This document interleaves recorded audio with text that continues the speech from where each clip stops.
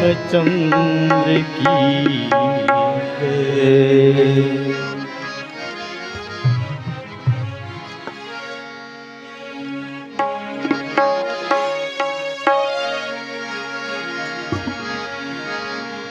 राम नाम रस पीले प्यारे,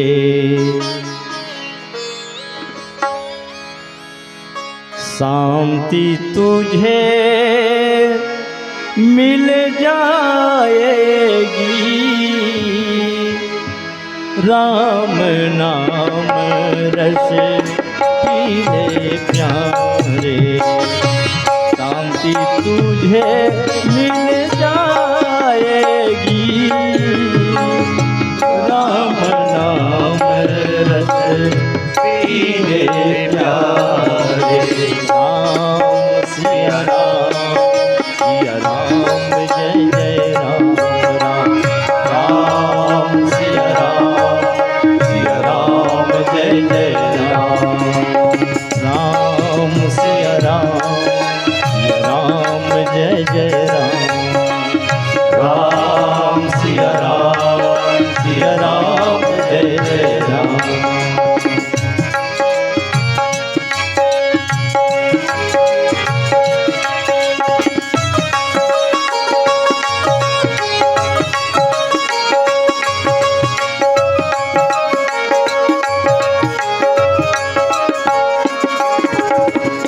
कितने भी गंगा जल पी ले, फिर प्यासे ही रह जाएगा। कितने भी गंगा जल पी ले, फिर प्यासे ही रह जाएगा। प्यासे मन को कुछ भी दे दो, शांति कभी ना मिल पाएगा। प्यासे मन को कुछ भी दे दो, शांति कभी ना मिल पाएगा। राम नाम रस पीले प्यारे, शांति तुझे मिल जाएगी। राम नाम रस पीले प्यारे। राम सिया राम जय जय राम। राम सिया राम जय जय राम।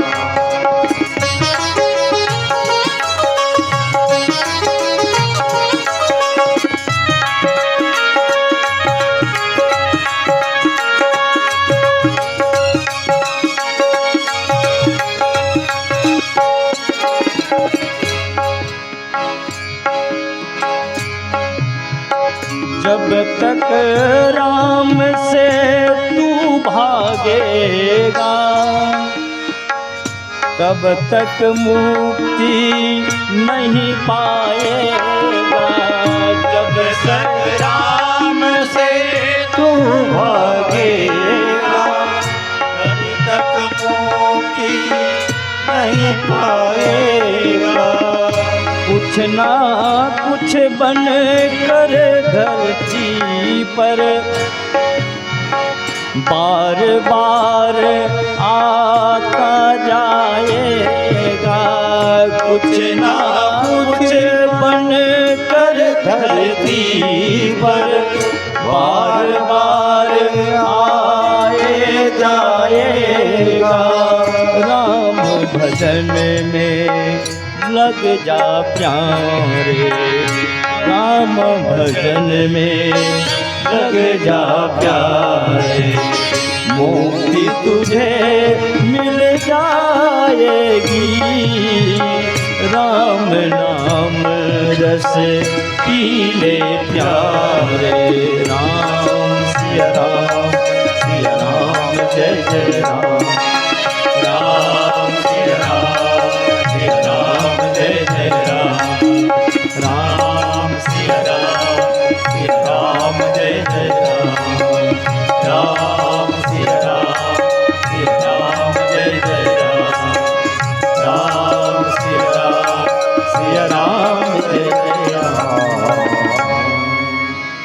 सियावर रामचंद्र शंकर हरि ओम। सर्व के रामचंद्र की जय। पावन धाम पांगरी खुर्द धाम की जय।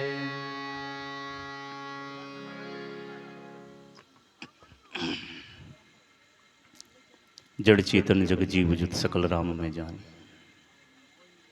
बंदों शबु के पद कमल सदा जोरी जुग पान।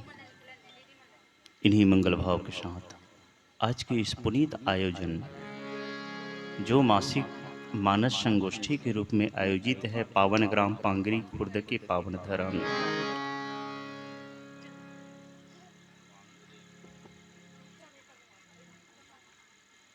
बड़ी आनंदमय पल है, बहुत ही सुखमय पल है।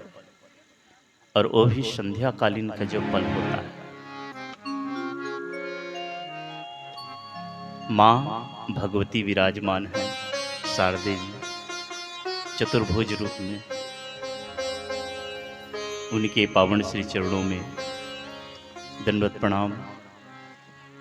और मैं बहुत ही आनंदित हो रहा था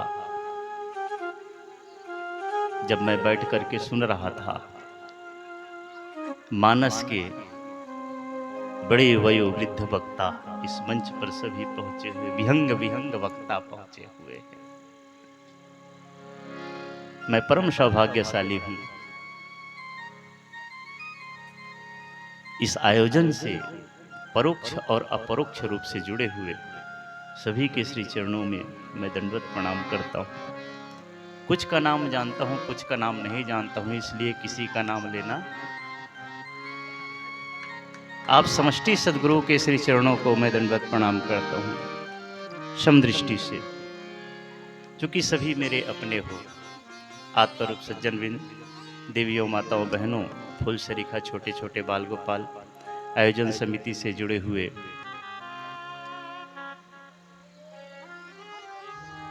क्या नाम है, न्यू आदर्श, ऐसा कुछ है ना, न्यू आदर्श नवयुवक मंडली, नवयुवक मंडल समिति और समस्त ग्रामवासी,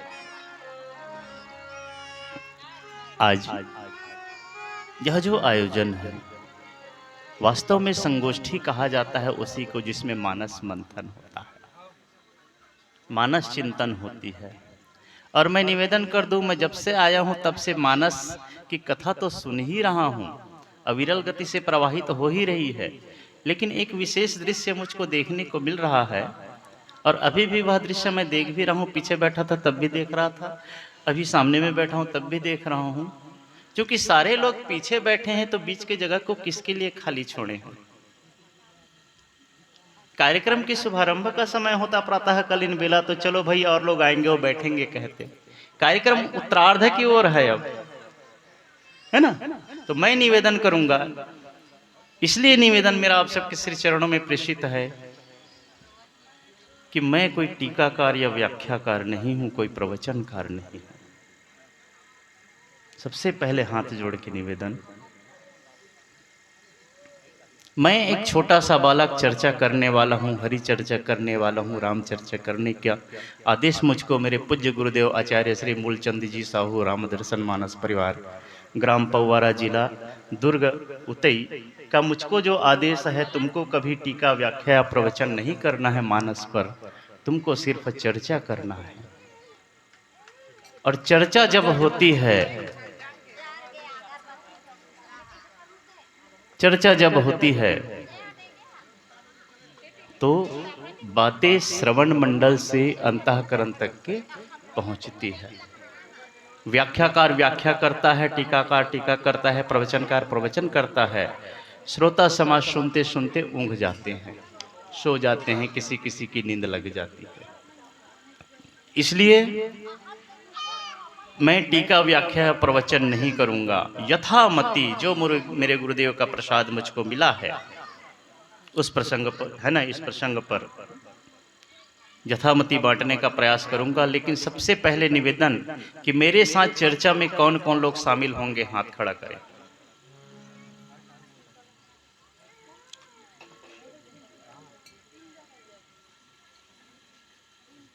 बिल्कुल दिल खोल के हाथ खड़ा करें, माता रानी के दरबार में बैठे हैं, बिल्कुल है ना, कोई संकुचित भाव न रखें।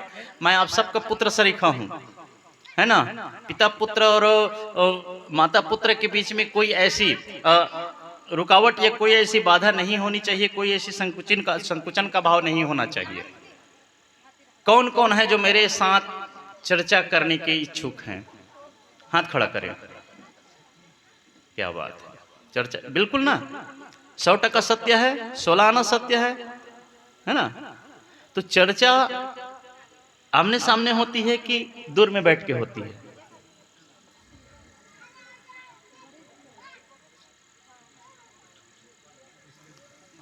निवेदन करूं, चर्चा आमने सामने बैठ के होती है कि दूर में बैठ के होती है ना। तो पीछे वाले को सामने आना चाहिए कि नहीं आना चाहिए? आना चाहिए ना। मेरी माताएं, आप बीच में जो रिक्त स्थान है उसकी पूर्ति करें, आप सभी सामने आए। और मेरे पिताजन जी पीछे जो बैठे हुए हैं, जब से देख रहा हूं पीछे बैठे हैं आप लोग, सभी सामने आ जाए मेरे नजदीक, बिल्कुल पीछे जो आएंगे वो बैठेंगे, यहां पर मेरे सामने आकर के बैठे और सामने आए, बिल्कुल वहां पर वो खंभे में टिक के ना बैठे, और सामने आए। मेरे सामने भी बहुत जगह खाली है ना, और सामने आए मेरे भाई बंधु लोग, आ जाइए आ जाइए आ जाइए आ जाइए। देखिए, मैं निवेदन करूंगा, जब तक कि आप सामने आकर के नहीं बैठोगे ना, मोल के मिनट के समय देहस राजू भैया, राजू भैया तो जमदारहा बैठ जाऊं कले चो, आघुम नियाहित में कले चुप बैठ जाऊं, कहीं नहीं बोलूं जमदारहा, है ना। सभी सामने आए, नजदीक आकर के बैठे, ताकि हम एक दूसरे से मानस चर्चा कर सकें और एक दूसरे के बातों को एक दूसरे के श्रवण मंडल से के माध्यम से अंतःकरण तक के पहुंचा सकें। हरि चर्चा होती है, राम चर्चा होती है, कथा चर्चा होती है, तभी मानस की बातें जो है वास्तव में अंतःकरण तक के पहुंचती है। मानस में भी देखिएगा, 4 घाट में 4 वक्ता हुए और 4 श्रोता जो हुए ना, तो एक प्रश्न करने वाला था और एक उत्तरदायी था, उत्तर देने वाला था, उत्तरदाता और प्रश्नकर्ता, है ना। और हम सब के बीच में कोई प्रश्नकर्ता नहीं है, कोई उत्तरदाता नहीं है, हम सब प्रश्न करते हैं और हम सब उत्तरदाता है, क्योंकि हम सबको एक दूसरे से चर्चा करने पर ही मानस संगोष्ठी का मूल अर्थ जो है सही मायने में यहाँ पर व्याप्त होगा और एक दूसरे से प्रेम संबंध प्रगाढ़ होगा। क्योंकि जो प्रसंग पर चर्चा करने का जो अवसर मिला है, राजू भैया आपने तो ऐसे अलकरह जगम टिका दिए हो जोग अग्नि तब प्रकट के जोग अग्नि करी प्रकट तब कर्म शुभा शुभलाई। और भाई आपको एक विशेष अवगत करा दूं मैं कि इस प्रसंग पर मैं पहले बार बोलने जा रहा हूं। त्रुटियां संभाव्य है, ध्यान न देंगे, और जो भी बातें अच्छी लगे मेरे पूज्य गुरुदेव आचार्य श्री मूलचंद जी साहू रामदर्शन मानस पर और ग्राम पवारा को बढ़ाई दीजिएगा। जो बातें अच्छी ना लगे उसमें मेरा स्वयं का चिंतन, स्वयं का पुरुषार्थ जुड़ा है, ऐसा समझ मुझको आप सब आशीर्वाद और मार्गदर्शन दीजिएगा। इसी के साथ, है ना, हमारे बुजुर्ग लोग कहते हैं और हमारे मानस के जो वरिष्ठ गण है वो कहते हैं कि बाबू रे, जो भी प्रसंग मिले, प्रसंग कैसा भी हो, जो भी प्रसंग मिले, बोल पाओ ना बोल पाओ बात की विषय है, लेकिन स्वयं के लिए जो जानने का अवसर मिलता है उस अवसर को कभी मत छोड़ो, है ना, कभी मत छोड़ना। आइए, राजू भैया के श्री चरणों में मैं दंडवत प्रणाम करता हूं और आयोजन समिति के समस्त प्रबुद्ध जनों से, वरिष्ठ जनों से, कनिष्ठ जनों से, जितने भी है समदृष्टि से मैं प्रणाम करता हूं और इस प्रसंग की ओर आइएगा चलने का प्रयास करें। जोग अग्नि करि प्रकट तब कर्म शुभा शुभलाई, बुद्धि सिरावै ज्ञान घृत ममता मद मर जा। हम सब के जीवन का एक विकार है ममता, जिस ममता का जलना अति आवश्यक है। ममता नहीं जलेगी, है ना। और ममता को क्या कहा है? दाद कहा है। ममता दाद कंडू ईर्षाई। लेकिन ममता को जलने के लिए, ममता रूपी दाद को मिटाने के लिए ममता रूपी मल को जलाने के लिए करना क्या पड़ेगा? तो योग अग्नि प्रकट करना पड़ेगा। योग अग्नि प्रकट जब होगी और योग अग्नि प्रकट जब होगी, योग अग्नि करी प्रकट तब, और उसमें क्या सब क्या खाक हो जाएगा? तो बोले कर्म शुभा शुभलाई, योग अग्नि करी प्रकट तब कर्म शुभा शुभलाई, सब उसमें जलने का क्या मतलब है? उसमें लय हो जाएगा। बुद्धि सिरावय ज्ञान घृत, बुद्धि रूपी, और बुद्धि कौन सी बुद्धि? तो बोले निश्चयात्मक का बुद्धि, जो बुद्धि निश्चयवान हो। बुद्धि सभी की निश्चयवान है ना, सिर्फ निश्चय कराने वाले की देरी है। निश्चय कराने वाले जीवन में आ जाए तो सभी की बुद्धि जो है निश्चयात्मक का बुद्धि है। और बुद्धि क्या करेगी? तो बोले बुद्धि जो है ज्ञान रूपी जो उबलते घी है, उबलते घृत है, उसको ठंडा करेगी, ज्ञान अग्नि को ठंडा करेगी। और उसमें क्या लय हो जाएगा? तो बोले ममता रूपी मल जो है लय हो जाएगा। जलने के बाद में घी, जब जैसे मक्खन को हम माताएं मक्खन को जब आग में तपाते हैं, मक्खन को जब कटोरी में रख के या कोई पात्र में रख करके आग में तपाते हैं तो घी ऊपर रह जाता है, लेकिन नीचे में जो बचता है उसको क्या बोलते हैं? मेहर बोलते हैं ना, मेहर। तो जला हुआ अंश को मेहर बोलते हैं। ममता मल मर जाए, वो मेहर बन जाएगा फिर वो, और वो भी काम आएगा। वो भी जीवन में है ना, रोटी के साथ मिला करके खाओ आप, अंगाकर रोटी के साथ, है ना। तो ममता कब तक के विकार रहता है? ममता जब तक के हम उस ममता को नहीं जानते तब तक के विकार रहता है, लेकिन ममता जानने के बाद में वह क्या हो जाती है? तो बोले मेहर हो जाती है। ममता जो है वहां पर उपयोगी हो जाती है। मानस में जितने भी विकार बताए गए हैं, मोह शकल व्याधिन कर मूला, तिनते पुनि उपजहि बहु सूला, काम बात कपलोप अपारा से लेकर के जितने भी विकार बताए हैं, क्या हम कभी जीवन में इसको छोड़ सकते हैं? लाख प्रयास कर लो लेकिन नहीं छोड़ सकते। लाख प्रयास कर लो आप लेकिन नहीं छोड़ सकते। लाख प्रयास कर लीजिए, जब करे तब करे, हवन करे, यज्ञ करे, दान करे, उपवास करे, जो कर्म कांड है उसको भी करे, है ना। और जैसा बताया गया है श्रुतियों में, हमको कर्म करने का जो साधन बताया गया उन सबको कर ले आप। यथा विधान कर्मों को करके उनके लगा तो भी चंचलता मेरे मन की मिटती नहीं, समाधान नहीं स्थाई मुझको वो कैसे मिले। कहे श्रुति तत्व क्या है तुम रहता कहाँ, ऐसी कहा जिसे वो क्या ध्यान में बैठता नहीं। कितना भी आप कर्मकांड कर लीजिए वो छूट नहीं सकता। लेकिन विकार कब होता है? ये सब पता है विकार कब होती है?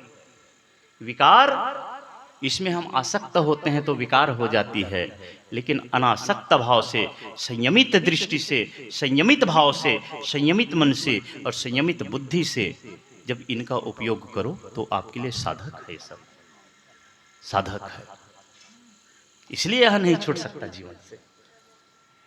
आइए, जो प्रसंग मिला है, इस प्रसंग की शुरुआत बहुत लंबी वृत्तांत है। सुनो तात यह अखत कहानी, शुरुआत होती है महात्मा कागभूषुंडी जी से।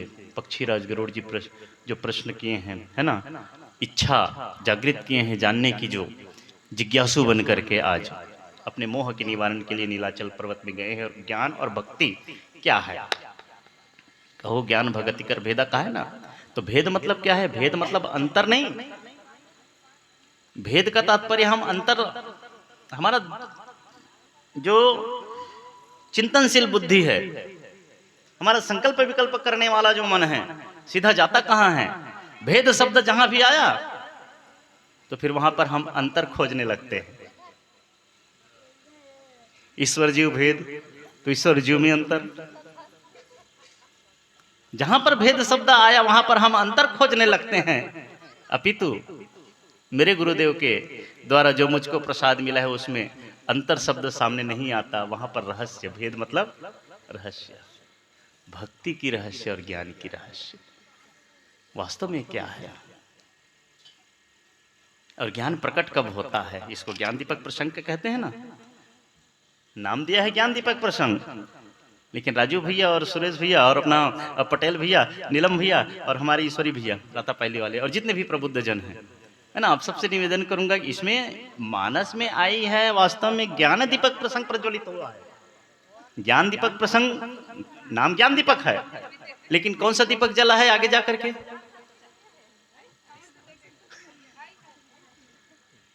ध्यान देने वाली बात है।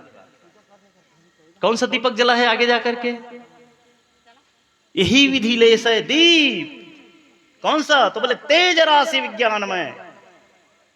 ज्ञान नीचे स्तर का है, उसके ऊपर विशुद्ध विज्ञान है। विज्ञान दीपक वहां प्रचंड भाव से जला है। यही विधि ले से दीप तेज राशि विज्ञान में, तब विज्ञान रूपनी बुद्धि विशद गीत पाई कहा है ना। ठीक सोठा में आप नीचे देखेंगे 117 घ। यही विधि ले से दीप तेज राशि विज्ञान में, जाते ही जासु समीप जर ही मदादिक सलभ सब। जब विज्ञान दीपक जलता है, और वो भी कैसे? तो सोहम अस्मिति वृत्ति अखंडा दीपशिखा सोई, प्रचंड भाव से जब जलता है, तब वहां पर ममता मल क्या भैया? जर ही मदाधिक, ममता ही नहीं, बाकी सारा जितना भी विकार जिसको हम कहते हैं, विकार कहते हैं, वो सब जल के खाक हो जाता है। जरा ही मदाधिक, मद के साथ में मदाधिक मतलब उसके इत्यादि इत्यादि जितने भी है, काम क्रोध लोभ दंभ मत्सर मोह, जो है, जितना आप जानते हो और जितना आप नहीं जानते हो, वो सौ देखा जो सुनो ना, सब उसमें जल करके क्या हो जाता है? जरा ही मदादिक सलब, सब जल जाता है, सब मर जाता है। अब प्रश्न उठता है कि योग अग्नि की बात आई है प्रकट करने की, तो योग अग्नि प्रकट कैसे होगी?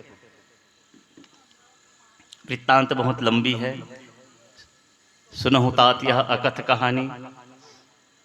महात्मा काघोसुंडे जी महाराज पक्षीराज गरुड़ को कहते हैं कि हे तात, यह अकथ कहानी है, और जो कहानी अकथ हो, जो कहानी कही ना जा सके, उसको कैसे कहे? जो कहानी कहते नहीं बनता है ना। गोसाई जी महाराज स्पष्ट कह दिया यहाँ पे, सुनहु तात यह अकथ कहानी और समुझत बनई ना।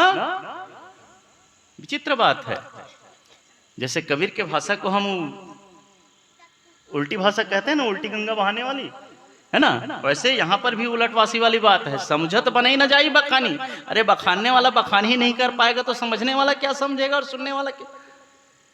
उटपटांग है ना, विचित्र है, अति विचित्र रघुपति चरित्र परिलक्षित होता है यहाँ पे। और सुनहु तात यह अकथ कहानी, समझत बनई न जाई बखानी। समझते बनता है, लेकिन बखान करते नहीं बनता। लेकिन बखान तो करना पड़ेगा, बिना बखान करे तो समझाया भी नहीं जा सकता। देखो विरोधाभास अलंकार यहाँ पर दिख रहा है। समझना भी है ना, बखान करना भी है और समझना भी है, और समझने के लिए बखान करना जरूरी है। और आइए, समझने का तात्पर्य यहाँ पर अनुभव है। समझने का तात्पर्य अनुभव में है, और अनुभव एक बार आ जाता है।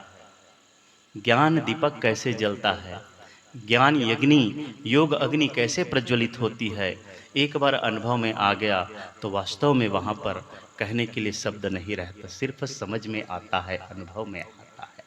इसीलिए गोसाई जी महाराज ने कहा, सुनहु तात यह, कहने के लिए आगे शब्द नहीं मिलता, स्तब्ध हो जाता है, मौन हो जाता है। जिसको समझ में आया, जिसके अनुभव में आया, वह सिर्फ मौन हो जाएगा, उसके पास आगे शब्द नहीं रहेगा कहने के लिए। लेकिन इतनी क्षमता जरूर रहती है, जिसके अनुभव में आ गया ना, वो सामने वाले को भी अनुभव करा दे, अपने अनुभव को उससे बांट ले, अपने अनुभव को साझा कर ले। इसीलिए इसको सुनहु तात यह अकथ कहानी, समुझत बनई न जाई बखानी कहा है। जो समझ गया उसको बखान करते नहीं बनता, बखान करते नहीं बनता का मतलब यही है कि उसके पास उस अनुभव को बांटने के लिए उस शब्द की कमी हो जाती है, वो मौन हो जाता है, वो स्तब्ध हो जाता है। इसीलिए कहा है। और निवेदन करो श्री चरणों में, ईश्वर अंश जीव अविनाशी। ये बहुत लंबी प्रकरण है भैया, अब यहां तक जाना है तो फिर चलो शुरू का भेद समझ लें, है ना। क्योंकि ज्ञान दीपक विज्ञान दीप विज्ञान अग्नि जलने की शुरुआत वहीं से हुई है, तो उसी को समझ ले हम, है ना। ईश्वर अंश जीव अविनाशी चेतन अमल सहज सुख राशि। ईश्वर अंश जीव। और लक्ष्मण जी महाराज ने भी पूछा है कि भैया ईश्वर जीव भेद प्रभु सकल कहो समझाई, जाते होई चरण रति शोक मोह भ्रम जाई। तो ईश्वर अंश जीव अविनाशी चेतन अमल सहज सुख राशि की जो बात आई है, तो ईश्वर कौन है और जीव कौन है?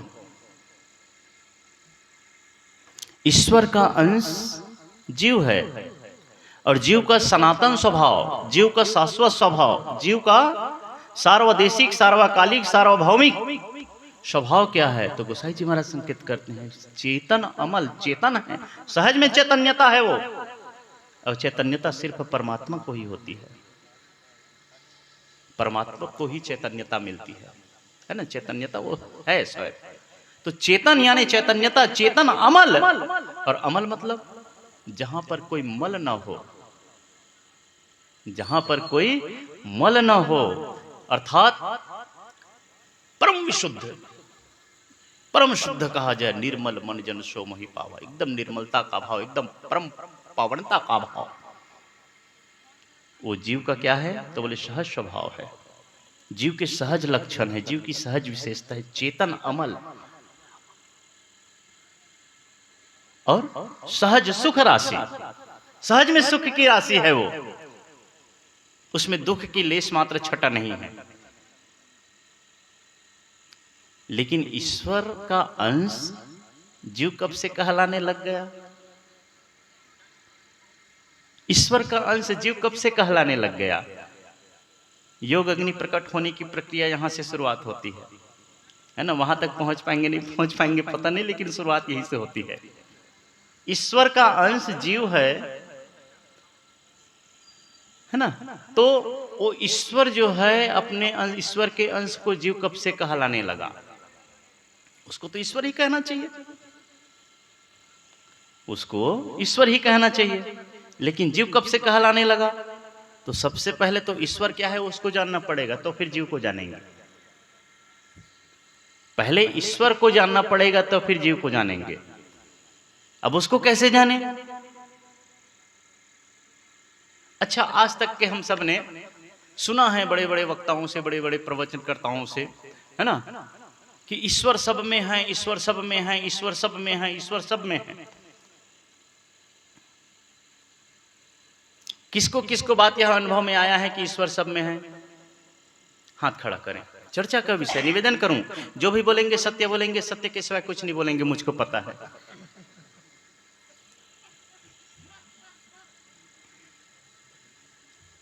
जो भी बोलेंगे अपनों से अपनी बात। किनको किनको अनुभव हुआ है कि हाँ ये ईश्वर इसमें है, ईश्वर इसमें है? भाई सब में है का मतलब इसमें भी है कि नहीं है? रिप्लाई चाहूंगा। अरे है तो है कहो, नहीं तो नहीं कहो, है ना। इसमें भी है, इसमें भी है, इसमें भी है, इसमें भी है, इसमें भी है, इसमें भी है, इसमें भी है, इसमें है ना। अब ईश्वर एक है कि दो है? प्रणाम करता हूं पिताजी आपके श्री चरणों में, सिर्फ एक का रिप्लाई मिल रहा है, सभी रिप्लाई दें। तो चूंकि मेरी बात सबके अंतःकरण तक के जानी चाहिए, जवाबदारी का निर्वहन करने जा रहा हूं गुरुदेव की आशीर्वाद जो दिया है मुझको। ईश्वर सब जगह है कि एक जगह है? सब जगह है, एक है ना। क्या बात है, दादाजी के लिए एक बार जोरदार ताली। अनुभव में आया है कि ईश्वर है, कैसे है? देखो, पूज्यपाद गोसाई जी महाराज विनय पत्रिका में 126 नंबर की दोहा, 123 नंबर की पद में, 123 नंबर का पद बहुत सुंदर उसमें समाहित किए हैं। असे कछु समझ परत रघुराया, असे कछु समझ परत रघुराया, बिनु तव कृपा दयालु दास रहित छूटे मोहन माया, असे कछु समझ परत रघुराया। उसके नीचे की पंक्ति सुरेश भैया, वाक्य ज्ञान अत्यंत निपुण भव। वाक्य ज्ञान मतलब शब्द ज्ञान, वाक्य ज्ञान मतलब शब्द ज्ञान। शब्द ज्ञान आज सारे संसार में फैला हुआ है, और शब्द जालम महारण्यम चित्त भ्रमणीय कारणम, सारे संसार को भ्रमित करके रख दिया है शब्द जाल। बड़े बड़े साहित्यिक शब्दों का जो ताना बाना आज चल रहा है, बड़े बड़े प्रवचनकार जो है लच्छेदार शब्दों का जो गुत्थी बना करके आज समाज में परोस रहे, सबके श्रवण मंडल में इतनी मीठी मीठी भाषाएं बोल करके सबको उलझा करके जो रखे हैं, सबके चित्त को भ्रमित करके रखे हैं। शब्द जाल बहुत खतरनाक है, बहुत खतरनाक है। संसार में इससे बड़ा जाल और दूसरा नहीं है। आज शब्द जाल के फांसे में तो आ रहे हैं, साइबर क्राइम हो रहा है। कहाँ शब्द जाल का ही फांसा है साइबर क्राइम, बहुत बड़ी जाल है। शब्दों में उलझा करके सबका अकाउंट खाली कर रहे हैं। सबसे बड़ा खतरनाक जाल है तो शब्द जाल, और उसी में सब फंस चुके हैं। और जितने भी बड़े बड़े ऐसे लच्छेदार भाषण देने वाले हैं, लच्छेदार है ना प्रवचन देने वाले हैं, सब अपने मीठी मीठी बातों में उलझा करके सारे जनता को क्या बना रहे हैं, सबको भ्रमित कर दिए हैं। गोसाई जी महाराज के स्पष्ट कहना है, मेरा मुझ में कुछ नहीं है, मैं कुछ नहीं, मेरी वाणी नहीं है, गोसाई जी महाराज के ही वाणी। वाक्य ज्ञान अत्यंत निपुण, शब्दों में इतना निपुण, इतनी शब्द निपुणता कहा जाए, इतनी शब्द कौशल्यता कहा जाए, कूट कूट करके उसमें भरा है। सारे शब्दकोश को उन्होंने पी डाला है ना। और मैं एक ऐसा मूर्ख आदमी हूं, स्वयं बता रहा हूं, मैं एक ऐसा मूर्ख आदमी हूं जल छत्तीसगढ़ में छत्तीसगढ़ी चेम्मर कथन, चेम्मर ईश्वरी भैया छत्तीसगढ़ी में चेम्मर कथन नहीं गा, वो चेम्मर शब्द के हिंदी में शब्दकोश में खोजत में थर्रा के हो तब बोल मोल नहीं मिले। बोल हिंदी में का कबो की के कोनो कर अगर कोनो जानकारी हो तो मोल कृपा कर दो, बता दो। चेम्मर ला जेला हम चेम्मर कथन है ना, ओला हिंदी में हम का की बोल। किसी को अगर जानकारी में हो तो मुझ पर कृपा कीजिएगा, निवेदन करता हूं, क्योंकि मेरे प्रसंग के अंतर्गत आता है वो शब्द जो। तो मैं कह रहा था कि शब्द जाल इतनी खतरनाक है कि शब्द जालम महारण्यम चित्त भ्रमणे कारणम, सारे संसार को भ्रमित कर दिया है ना। लेकिन अनुभव कराने की क्षमता किसी में नहीं है कि ईश्वर कहाँ है और जीव कहाँ है, ईश्वर का स्वरूप क्या है और जीव का स्वरूप क्या है। चूंकि खुद स्वयं को अनुभव नहीं हुआ है तो सामने वालों के क्या अनुभव कराएगा। और मेरा मानस जो लिखा हुआ है, अभी मेरे पूर्वज जो दादाजी बैठे थे, प्रणाम करता हूं उसके श्री चरणों में। बहुत सुंदर संगीत गायन के साथ में उन्होंने जो कथा बांच रहे थे, है ना, जिनका एक वाणी था 60 बुध नाश हो 80 बुध खसी, कहा मैं दोनों पार करके। उसके बाद भी वो दम था। और कौन सी चौपाई रखा,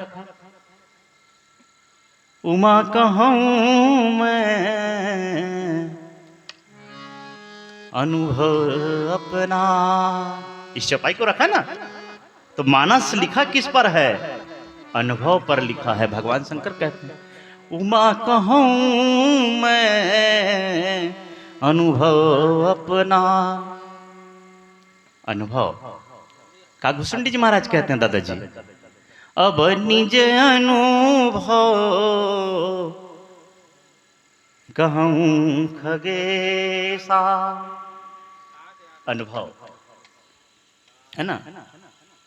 और आत्म अनुभव सुख सुप्रकाशा, जिसको अनुभव में आ गया वो आत्म प्रकाश को जब लख लेता है, देख लेता है, निज रूप को देख लेता है ना, उसके लिए क्या हो जाता है, तो बोले समुझत बनई, अनुभव में आ गया, अनुभव में बन गया, वो अनुभव में बन गया, समुझत बनई न जाई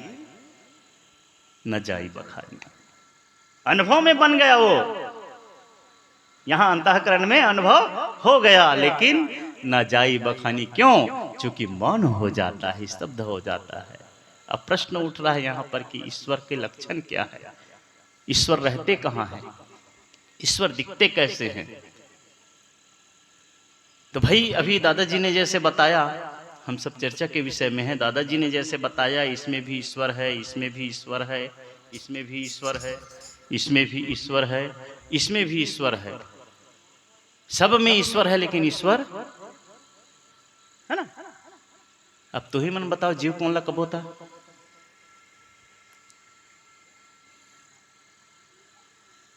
हम जीव किसको कहेंगे? सब में ईश्वर है और ईश्वर एक है, तो जीव के लिए तो कोई स्थान ही नहीं है।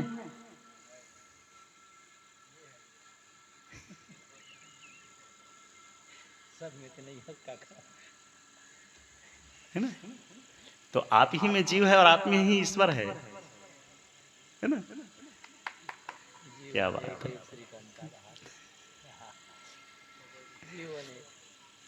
जीव की यहाँ पर जो परिभाषा है कुछ और है। हम जिसको जीवात्मा समझते हैं ना, वो कुछ और है।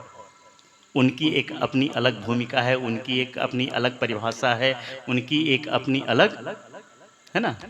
और जिस जीव की यहाँ पर चर्चा हो रही है वो ईश्वर का अंश जीव। अब सब में ईश्वर है तो पहले ईश्वर को जाने, उसके बाद में उसमें जीव का लक्षण कैसे आ जाता है, जीव क्यों कहलाता है, उसको जानेंगे, है ना। तो ईश्वर कैसे व्याप्त है? अब देखिए, ये है कि नहीं? सभी रिप्लाई दें। अच्छा ये बताइए कि किनको किनको नहीं दिख रहा है वो हाथ खड़ा करें।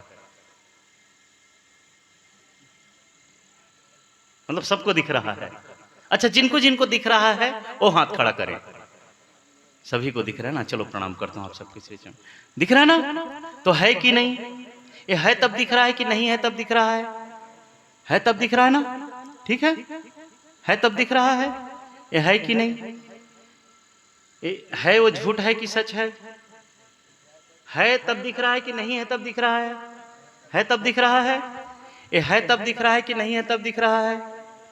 ये है तब दिख रहा है कि नहीं है तब दिख रहा है तब दिख रहा है। ये पांगरी गांव है तब दिख रहा है कि नहीं है तब दिख रहा है। दिख रहा है ना? तो जो दिख रहा है वो सत्य है कि झूठ है? सत्य है कि झूठ है? सत्य है ना। अब जो दिख रहा है वो सत्य है और हमारा ईश्वर सत्य है कि झूठ है? सत्य है ना।